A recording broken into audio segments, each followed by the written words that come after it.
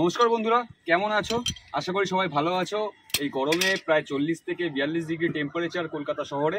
তার মধ্যে আমরা যারা ছাদ বাগান করি, যারা ছাদ বাগান ভালোবাসি, তাদের তো অবশ্যই আমাদের নিজেদেরও ভালো থাকতে হবে, সঙ্গে সঙ্গে আমাদের ছাদ বাগানে গাছেরও যত্ন রাখতে হবে। তো আজকে যে ভিডিওটা তোমাদের সাথে নিয়ে এসেছি, আজকের ভিডিওটা করব হচ্ছে এই কলা গাছটা দেখতে পাচ্ছ। এটা আমাকে বলা হয়েছিল একটা G9 কলা গাছ। তো এই কলা গাছটায় আমাকে বলেছিল 1.5 থেকে 2 বছরের মধ্যে ফল চলে আসবে। তো এখন অবধি ফল আসেনি। ফল না এসছে তো কী হয়েছে, গাছটা কিন্তু সাইড দিয়ে 2-3টে চারা বেরিয়েছে। তো এই চারাগুলো আমার ছাড়াতে হবে। চারাগুলো না ছাড়ালে একটা 12 ইঞ্চির প্লাস্টিকের টবে আছে, তো কখনোই ফলটা আসবে না আমার যত ধারণা।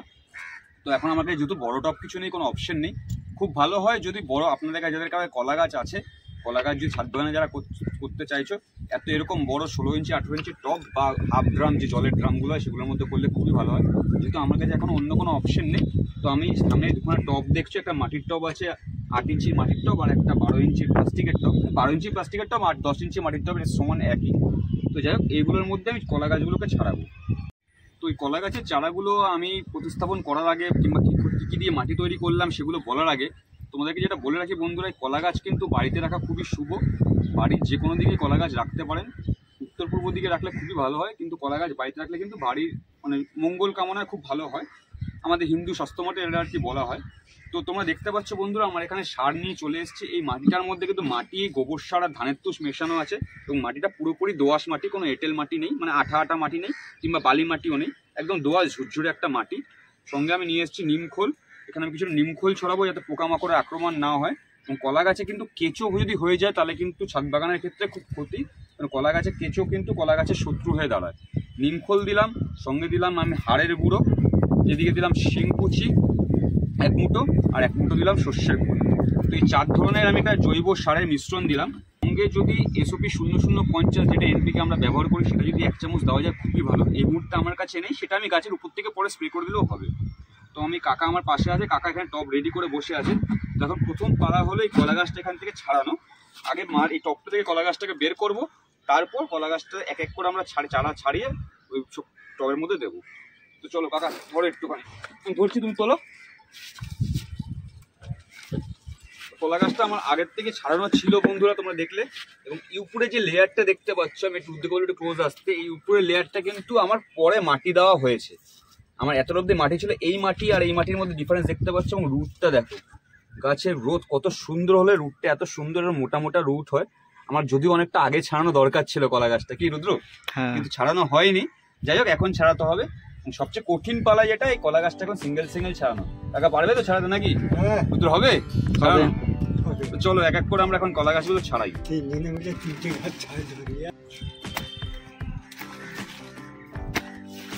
তো বন্ধুরা দেখতে পাচ্ছ, একটা চাপড় দিয়ে কলা গাছটা কেটে কেটে ছাড়ানো হচ্ছে। মাটিতে যে কলা গাছগুলো থাকে, কলা গাছগুলো কিন্তু ওরকমভাবে শাবল দিয়েই আর কি এরকম উপরে উপরে তোলা হয়, গাছগুলোকে আলাদা করা হয়। তো বলতে বলতে আমাদের একটা গাছ বেরিয়ে চলে আসলো। এবং এটা কিন্তু রুদ্রর বুদ্ধিতেই হলো।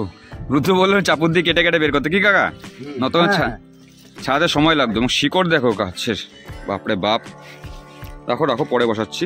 ওই দুটো করে ছাড়িয়ে নাও।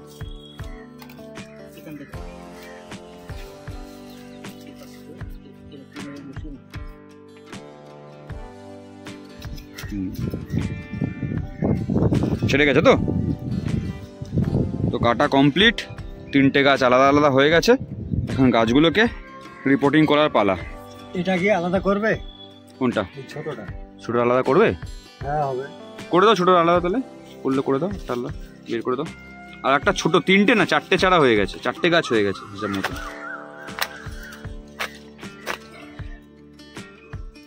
বাহ, 4টে গাছ বের হয়ে গেছে কলা গাছে। তো এক এক করে এখন গাছগুলোকে বসানোর পালা। গাছগুলোর চেহারা দেখো, খুব সুন্দর সুন্দর গাছগুলো হয়েছে। হ্যাঁ, এটা শিকড় কেটে দাও।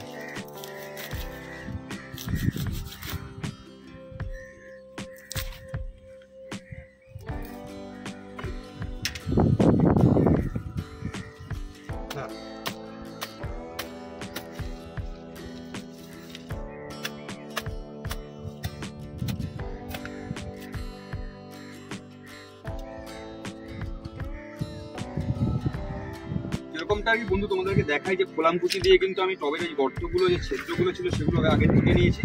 এক এক করে আমরা মাটি দেওয়া শুরু করছি এবং আর বেশি মাটি লাগবে না। এরপর আমরা গাছটাকে এখানে স্থাপন করবো, বসাবো। মাটি মনে হয় একটু কমাতে হবে নিচের দিকে, নিচে একটু কেটে দাও, একটু শিকড়টা কাটো। মাটি এখানে কমাবো, একটু বেশি মাটি হয়ে গেছে।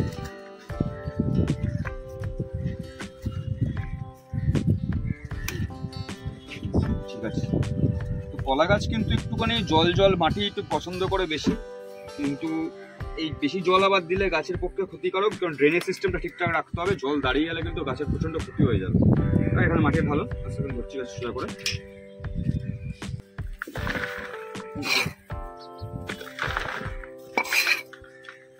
তো এক এক করে এরকম 3-4টে গাছই আমরা এরমভাবে রিপোর্টিং করবো, সব করে তোমাদেরকে দেখানোর চেষ্টা করবো যে কী করে রিপোর্টিংগুলো করছি। এবং এগুলো করার পর কিন্তু ভর্তি করে জল দিতে হবে, যতক্ষণ না জল পুরোপুরি নিচ থেকে পাস করছে। এবং গাছগুলো বসানোর পর সাইডগুলো এরকমভাবে কিন্তু খুঁচে দিতে হবে, যাতে গ্যাপগুলো এয়ার গ্যাপ না তৈরি হয়। এই গ্যাপগুলো কিন্তু গাছের মাটির মধ্যে খুব ক্ষতি করে। একটু মতো লাগবে,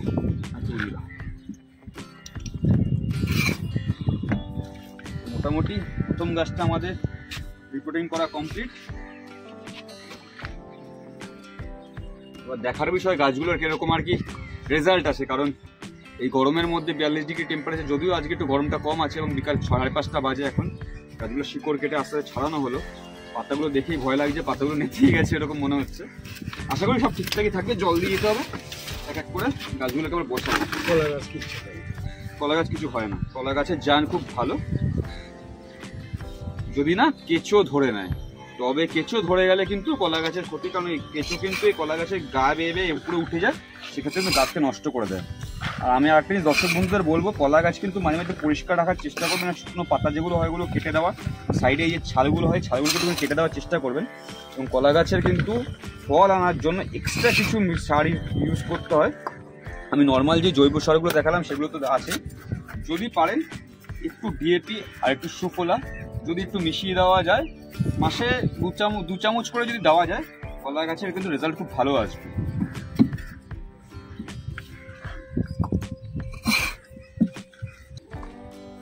তো 2 নম্বর গাছ আমাদের রেডি। চলে আসো 3 নম্বর গাছ। এটা একটু নিচটা কাটতে হবে।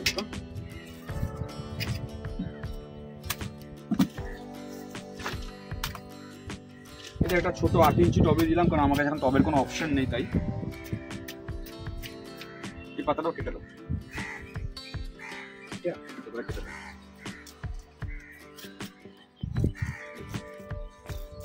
এরকম একটু পরিষ্কার পরিচ্ছন্ন রেখে গাছেরও কিন্তু হেলথটা খুব ভালো থাকে, ওরাও একটু ফ্রি ভাব করে। মানে আমাদের যেমনি আর কি গরমের মধ্যে স্নান টান না করলে শরীর খারাপ লাগে, গাছেরও এরকম ব্যাপার। গাছকে চেষ্টা করবে, এই গরম যা পড়েছে, আপনার ছাদ বাগানে যত গাছ আছে সকালবেলা একবার জল দেওয়ার, বিকালবেলা জল দিয়ে গাছগুলো একটু চান করে দেওয়ার চেষ্টা করুন, তাতে কিন্তু এই গরমে গাছগুলো অনেক রিলিফ পাবে। সোজা করে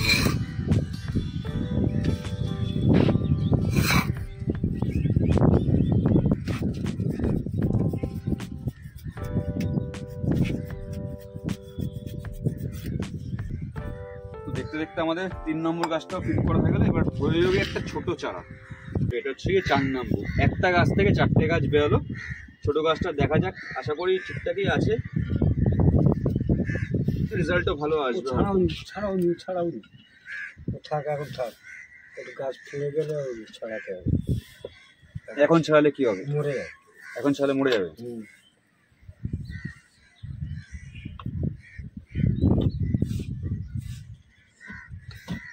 হয়ে গেল বন্ধুরা, তোমাদেরকে পুরোটাই দেখালাম। এই আমাদের বাড়িতে একটা টবের মধ্যে একটা ছলা গাছ ছিল, ওখান থেকে 3-4টে চারা বেরিয়েছিল।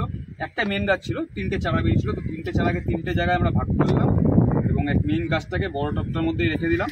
তো এরকম তোমরা কলা গাছ আরামসে নিজেরাও চারা তৈরি করতে পারো, চারা তৈরি করে লোককে দিতে পারো। আর মাটি কী কী তৈরি করলাম সেটা তো তোমাদেরকে দেখিয়ে দিলাম। আমাদের যদি মাটি তৈরি করা থাকে, শুধু আমরা এক্সট্রা করে জৈব সারগুলোই দিয়ে নিই। তো এরকমভাবে তোমরা ছাদ বাগানে কলা গাছ আরামসে করো। এবং আমি আবারও বলছি, সামনে বর্ষাকাল আসছে আর যে হারে গরম বাড়ছে, সবাই কিন্তু ছাদ বাগানে গাছ করো, নিজের পরিবেশকে নিজেরা রক্ষা করার জন্য অন্তত এইটুকু ভূমিকা পালন করো। তো তো সবাইকে আবারও বলছি, এই বর্ষায় প্রচুর প্রচুর করে গাছ লাগান, ছাদে হোক, বারান্দায় হোক, রাস্তার পাশে হোক, মাঠে, সামনে মাঠে হোক, যেখানে পারেন প্রচুর প্রচুর গাছ লাগান। আমাদের পরিবেশকে আবার তার আগের জায়গায় ফিরিয়ে নিয়ে আসার দায়িত্ব কিন্তু আমাদের।